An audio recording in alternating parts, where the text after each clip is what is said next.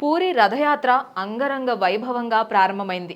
ఈ యాత్రలో లక్షలాది మంది భక్తులు పాల్గొని రథాన్ని లాగేందుకు ప్రయత్నిస్తారు. 3 రథాలకు 2 తాళ్లు చొప్పున మొత్తం 6 పొడవైన తాళ్లను కడతారు.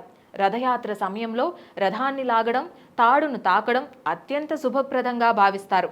రథయాత్రలో రథాలకు కట్టే తాళ్లకు కూడా పేర్లున్నాయి. ఆ పేర్లేంటో ఇప్పుడు తెలుసుకుందాం. 3 రథాలకు 3 రకాలైన తాళ్లను కడతారు.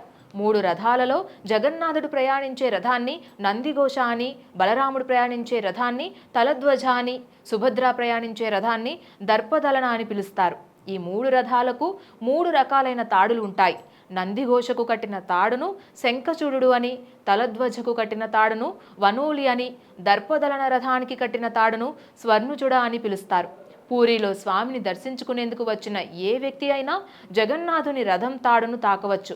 రథం తాళ్లను లాగేవారు జీవిత చక్రం నుంచి విముక్తి పొందుతారని అంటారు.